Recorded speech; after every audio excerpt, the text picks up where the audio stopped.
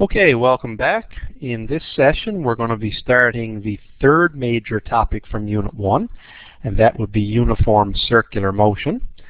And we're going to start that out with an introduction to the idea of circular motion and to the concepts of centripetal acceleration and centripetal force. So let's get started on that. And when we talk about uniform circular motion, all it means is motion in a circle moving at a constant speed. Motion in a circle moving at a constant speed. So just to get us started, we're going to very quickly distinguish between a couple of terms that we use when we talk about circular motion. And that's rotation versus revolution. And the axis is what makes the difference, okay? And an axis is, think of it like an axle on a wheel. That's the difference. So if you look at the picture over there on the right, okay, you see the little platter there with 3 ants on it. A red ant, a green ant, and a black ant. Okay, and this disc is rotating around an axis. It's rotating around an axis. So the disc, in other words, is kind of spinning in place. The disc rotates around an axis. Okay, the red ant is located at the central axis. In other words, right at the center of the wheel that's spinning, of the platter that's spinning. So that means that the red ant is also rotating. Rotating just means you're spinning in place. You're not really going anywhere. You're just spinning around and getting dizzy. Whereas the green ant and the black ant, they are both outside the axis of rotation. In other words, they're away from that axis. So they're actually moving. If we were to trace out their path, we'd end up drawing a circle. Okay, so that's the difference. That is really what we're referring to when we talk about uniform circular motion. That's called revolving. That's called revolving. So another couple of examples of the distinction between those two terms would be the center of a Ferris wheel rotates, right? The wheel rotates. But the passengers that are sitting on the outside edge of the Ferris wheel, they're actually revolving around on the outside of the wheel. They're not spinning in place. The Ferris wheel itself spins in place. But if you pick out a passenger and watch him go all the way around, he traces out a circular path. That's called revolving. Okay, the Earth is a good example. The Earth rotates on its own axis, but at the same time it revolves around the sun. The moon revolves around the Earth. It's not spinning in place. It actually traces out a path. It actually does go somewhere. So that's the difference in rotation and revolution. So in terms of rotation or revolution then, okay, we're going to talk about the idea of rotational speed. Okay, so what we need to look at first is, let's look at our ants again. And this time we've replaced the ants with dots. A black dot, a green dot, or sorry, a red dot, and a green dot. And you'll notice that now it gives us a distance that they are from the center, from the axis. Okay, so 5 centimeters away for the black ant, 2.5 centimeters away for the green ant, and of course the red ant is right on that axis. So really not going anywhere. Let's say that this disk rotates once every half second. We want to know how far would each of them go in half a second. Well, if we're talking about one complete round, so in other words, in half a second, if the disk is rotating once every half second, then that black ant makes 1 complete revolution around the circle. And the radius of that circle is 5.0 centimeters. So the distance that the black ant travels, remember he's traveling in a circular path, right? He starts here and he goes all the way around. So the distance he travels is actually the circumference of that circle with a radius of 5 centimeters. So in other words, 2 times pi times r, okay, which is 2 times 3.14 times 5.0, and we get approximately 32 centimeters. Now the green ant, because he's only half as far away, only got half the radius, he only travels half as far, only travels about 16 centimeters. While the red ant, because he's right on the axis of rotation, and the radius is 0, he doesn't go anywhere. He simply spins in place. He rotates. He doesn't revolve. Okay, so when we talk about the speed there, it depends on the distance. Remember that. So there's really two different speeds. The one we normally use when we talk about uniform circular motion is what we call the linear speed, which is sometimes called the tangential velocity, because it's always at a tangent drawn to the circle. So for example, if your circular path looked like this, okay, there's your circular path, then your velocity at this point right at the top would look like that, a tangent to the circle. And a tangent to the circle, remember, is always perpendicular to the radius. So that's why we sometimes call that linear speed. The actual speed that the ant is traveling at, we sometimes call that the tangential velocity. So in our example, the one we just talked about, remember the black ant went 32 centimeters, the green ant went 16 centimeters, the ant at the center, the red ant, didn't go very far at all. He didn't go anywhere, in fact. He was just rotating in place. So linear speed depends on how far you are away from the axis of rotation. And we'll do some more examples that involve that now in just a few minutes. And we can calculate that very simply by using this formula right down here, that very well-known uniform motion formula. Speed equals distance over time. So the units for that would be centimeters per second, meters per second normally, could be kilometers per hour or kilometers per hour I should say, etc., etc. Basically you have a distance unit and a time unit, and that's it. That's your linear speed. Now we're going to do some examples now in just a bit from old publics where you may have to do that. You may have to figure out what that distance is. You might be given what the time is and be asked to find the speed, for example. But we'll get to that now in just a minute. The other type of speed is what we call an angular speed or an angular velocity. Now I'll just mention it quickly. The chances of this showing up on your public are very slim, but we'll mention it because you never know. We have one revolution in a half a second. That means there's 2 revolutions each second. That's what we call the angular speed. Now the important thing to remember about the angular speed is it doesn't depend on radius. The angular speed, every single one of those 3 ants has the same angular speed because it only depends on the object that they're on. That's it. So they're all on the same disk. They all have the same angular speed. They're all tracing the same angle out. Like one full rotation, for example, is 360 degrees. Or it could be 2 pi radians. Okay, and you've covered all that stuff in math. But the angular speed is the same for all of them. So I'll just mention that, and then we'll leave it, because the linear speed is the one we're going to be dealing with when we talk about uniform circular motion, because that's the one that we use in any calculation that we're going to do. Okay, it's always the linear speed, or the tangential velocity is another name for that. All right, so with circular motion, remember, the important thing to remember, if it's circular motion, the object is moving in a circle. So it traces out a circular path. So the distance around that circle, we call that circumference. And it's always found using the formula 2 pi r. So if you know the radius of the circle, you can figure out the distance traveled once around. So what we've got then is 2 pi r over the time. But remember now, the time for one rotation, you may remember from Physics 2204, would be the period. We call that period. Period is one full cycle, one full rotation.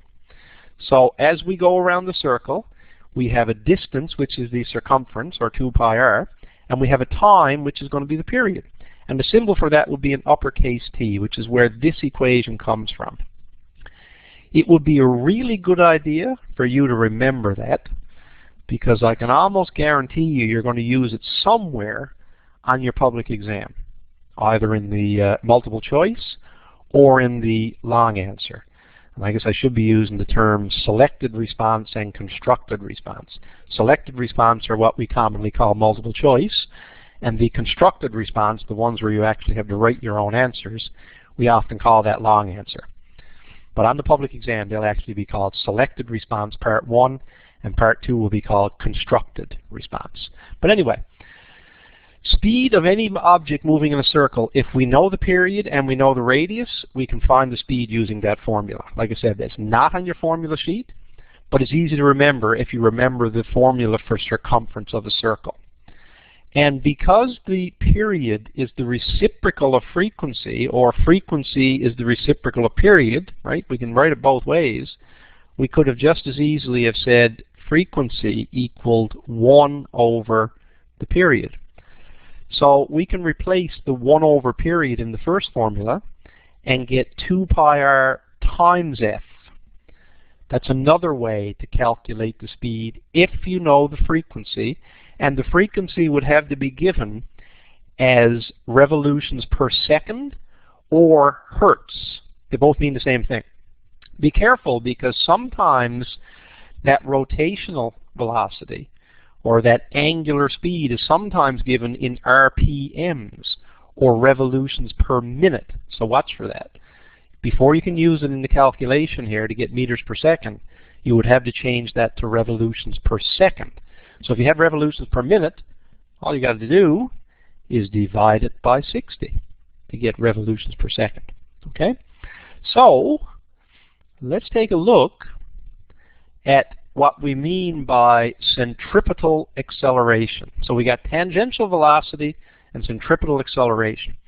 So let's say we got a boy here that's twirling a ball around his head in a circle. Okay, and he's twirling it around on a string. He's waiting for someone to walk by so he can let it go and give him a smack in the back of the head. So to the owl up here on the top of the tree looking down, this is what he would see. He would see that ball tracing out a circular path.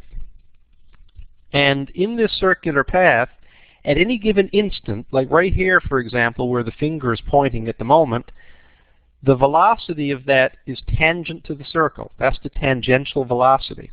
In fact, if the boy lets go of that ball at that point in its motion, it's not going to fly straight out that way. It's going to keep on going in whatever the tangential velocity direction was to begin with. So if the tangential velocity is that way, if the ball is released at that point, that's the way it's going to keep moving. So remember that. And we're going to look at an example now in just a minute off an old public exam where that particular idea is going to be applied. So several very important things to remember about uniform circular motion. First of all, the speed, the magnitude of the speed is constant. The magnitude doesn't change. It travels at a constant speed. That's why we call it uniform circular motion. The uniform part means the speed is constant. But the velocity is changing. So you might ask, well, how is that possible? How can the speed be constant but the velocity be changing? It's possible because of the direction. The direction is changing. And obviously it has to be, or it wouldn't move in a circle, right? If there's no change in direction, it's just going to go in a straight line. But it doesn't do that. It keeps moving in a circle. And we'll talk about why that is now in a minute. But the other thing to remember is that the velocity vector is always perpendicular to the radius. In other words, it's a tangent to the circle. And if the object is released at any certain point, it will always fly off in a direction perpendicular to the radius, because it will always go in the direction of that tangential velocity. And like I said, we'll look at an example of that now in just a moment. So how do we figure out the acceleration? Well, there's a derivation for this which I'm not going to go through, because here's the important thing right here. This formula, AC stands for centripetal acceleration. It's simply found by doing V squared over R. Okay, V squared over R. On the formula sheet. It's on the formula sheet. All right, so we always know the direction as well. The direction doesn't come from the calculation itself. The direction of the acceleration is always towards the center of the circle. Just think about it. The only way to make an object change direction is to make it accelerate in that direction, or exert a force in that direction, and the object will accelerate then in the direction of the force. But that force, that acceleration, is always towards the center of the circle. And that's what's up here at the top of the screen with the box around it. That's important. Now, this formula down here that I've drawn the box around, that's a very important one as well. Okay, and we actually use that formula to derive a couple of other formulas that are actually not on the formula sheet. Okay, so let's take a look at what those are. Okay, because sometimes you don't know the speed, but you do know the period. Or you might not know the period, but you might know the frequency. So it turns out that there's actually versions of that formula that use that. Now, this particular formula that you see there, now I say it's on the formula sheet, but it's not exactly on the formula sheet. Let me show you what I mean. Actually, no, let me wait, because I'm going to show you the other formula now in a minute that is on the formula sheet, and then I'll kind of come back to this one. But anyway, let's use that to derive a couple of other ones. Now remember what we said a minute ago. We said that V was equal to d over t, which was 2 pi r over the period, right? Circumference of the circle divided by the period. Or that was also the same thing as 2 pi rf. Okay, instead of over t, we can say times f. Well, remember, 2 pi rf, if that's equal to v, I can substitute it for the v in the centripetal force equation, or centripetal acceleration equation. And if I do that, I will end up with 2 squared, pi squared, r squared, f squared. Well, 2 squared is 4, then I got pi squared, but r squared divided by r just leaves me with r, and I got f squared. So this expression right here is very useful for finding centripetal acceleration if you're given the frequency but not the velocity. But sometimes that's the case. So that's a very useful one to remember. But you don't really have to. As long as you remember this one to calculate the speed, you can calculate the speed first and then plug it in to the other formula, to this version of the formula right here. Okay, now instead of saying f squared, the other version of that is because t equals 1 over f, or f equals 1 over t, whichever way you want to look at it, I can take the f squared out and put a t squared on the bottom, because they're reciprocals of each other. So essentially what you do is you use whichever one of these is best suited to the situation. It depends on the info that you're given. It really does. It depends on the information that you're given in the question. And we're going to come across a couple of examples of that now in just a sec. The other part of all this is if an object is going to accelerate, there has to be a force, right? That's Newton's second law. Newton's second law says if there's a net force, then the object will accelerate. We call that force that causes centripetal acceleration, we call that Fc. And remember, because F equals ma, that's Newton's second law, F net equals ma, we can substitute in the a as v squared over r, and we get that formula right there. Let me draw a box around it. This formula is on your formula sheet, exactly as it appears there. Fc equals mv squared over r. But because that formula is on your sheet, and you should be able to remember this one, all you got to do to get the a is take the m away.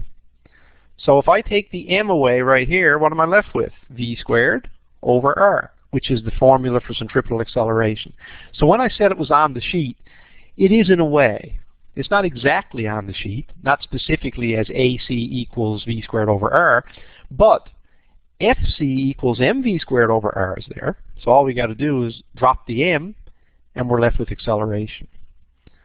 Okay, and we can then also substitute in v equals 2 pi rf right here and get another version of this formula with f in it instead of v, and we can do the same thing with the t. And we'll look at that now in just a little while too. Let's try some examples. The first one, and all these, by the way, come from old public exams over the last 4 years or so. And that resource, I did show you right at the beginning of this review process, that resource is there. Okay, I've given you the links for all that in that first introductory class about resources and things. So if you're not sure, go back and look. But if you go to the Government of Newfoundland and Labrador website and go to the Education Department, one of the links on the first page of that Education Department website takes you to public exams. It's an excellent resource. The exams are there and the solutions are there. Anyway, let's take a look at this first one. We've got, what is the direction of the velocity at a point P, and the point P is right here, direction of the velocity if the object is moving uniformly in a horizontal circle. And there's also an arrow here showing the direction of the rotation. Look. So it's going in a clockwise direction. So remembering that velocity is always at a tangent, or always perpendicular, then the velocity has to be c. That's got to be the velocity vector, because that's the only one there that is moving at a tangent to the circle. Okay, don't get fooled. Like you might look at D and say, well, I thought he said a minute ago that the vector was pointing towards the center of the circle. But that's the acceleration or the force, not the velocity. The velocity is a tangent to the circle. The force and the acceleration are both towards the center of the circle, so be careful. Then the next question. This one asks us, what is the centripetal force? We're trying to find centripetal force. So if we want to find centripetal force, here's how we do it. Centripetal force, Fc, remember the formula for this is straight off of your formula sheet, mv squared over r. We're given all that information here. 25 is the mass. The v, the speed, is 1.25 squared. And we divide that by 2.39. And if you do that, you will get that answer right there. Okay? That answer right there. Now be careful, because if you forget to square the 1.25, that answer is there too. That would be this answer. So leaving off that squared would be a costly mistake. Like I said, those things are there all the time, because that's a common thing that people do when they're doing that calculation. They forget to hit the squared key on the calculator. And if they do that, they get the wrong answer. But unfortunately, that wrong answer is there. So it's really testing whether or not you know what you're doing. So you really need to be careful there. Let's try another one. An object is moving in uniform circular motion at a speed of this. There's the speed.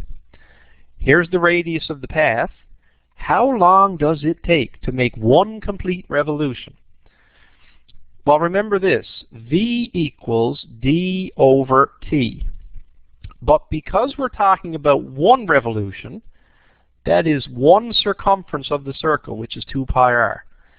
And the time we're talking about is the period, capital T. So what I have is period equals, if I rearrange this equation, 2 pi r over v.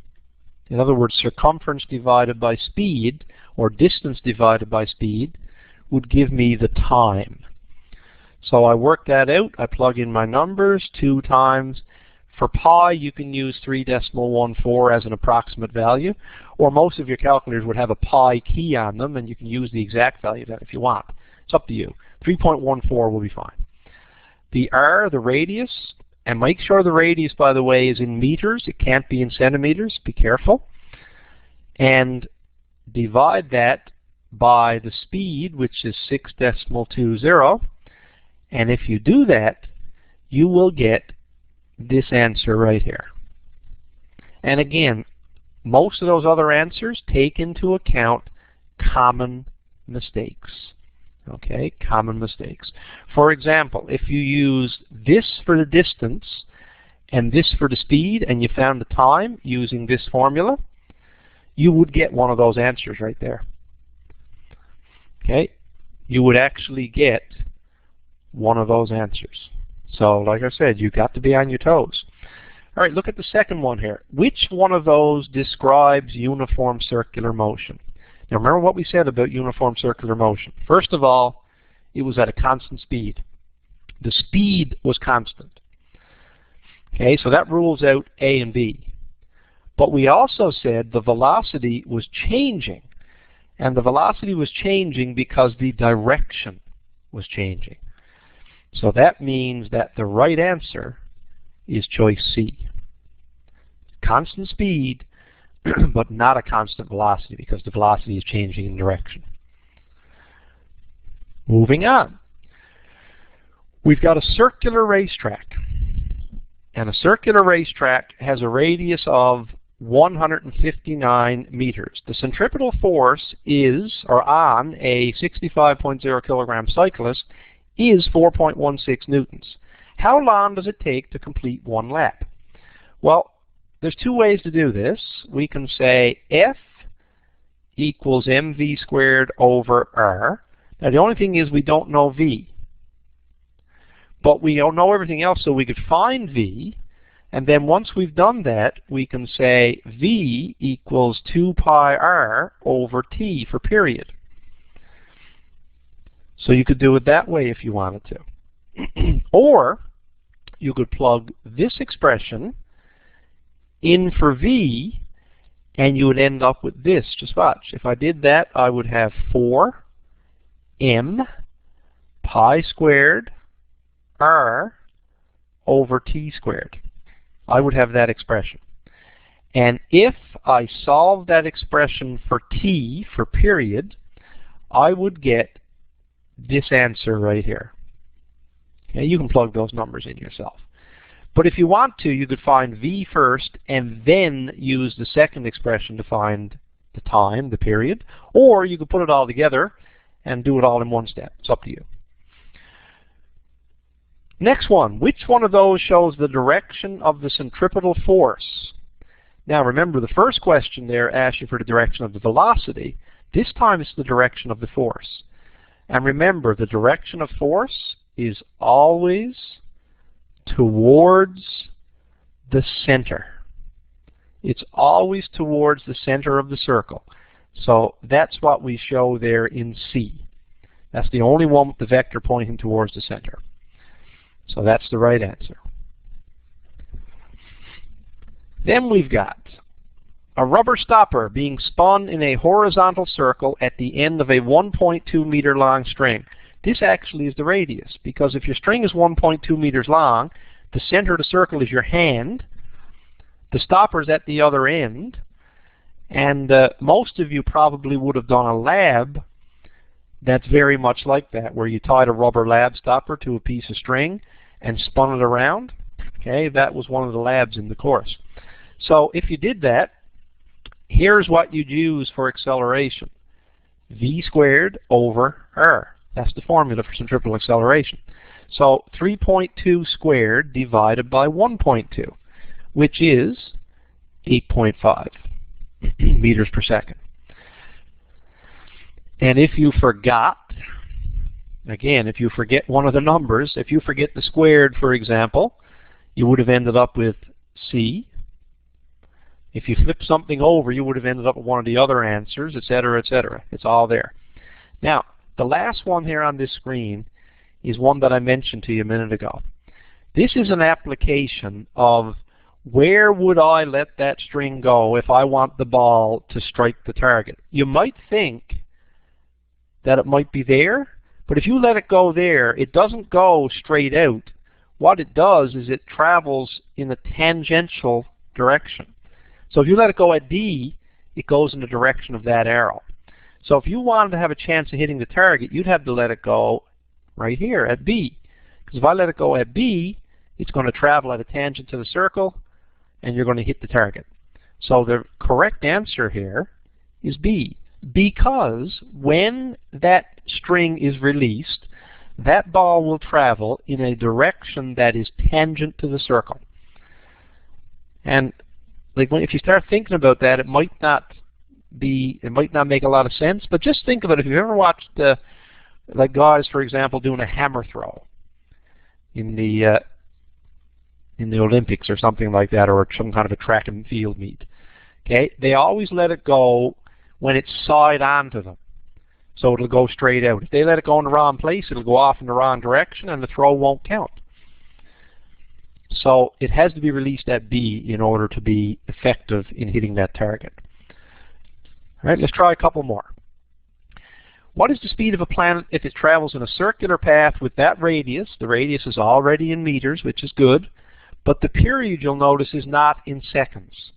So we have to change that to seconds.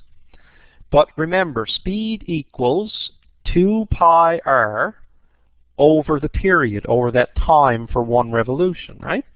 So it's 2 times 3.14 times the radius, 3.85 times 10 to the power of 8, and that's divided by the period of the motion, which is 27.3 days, but I want that in seconds, because I want my speed to be in meters per second.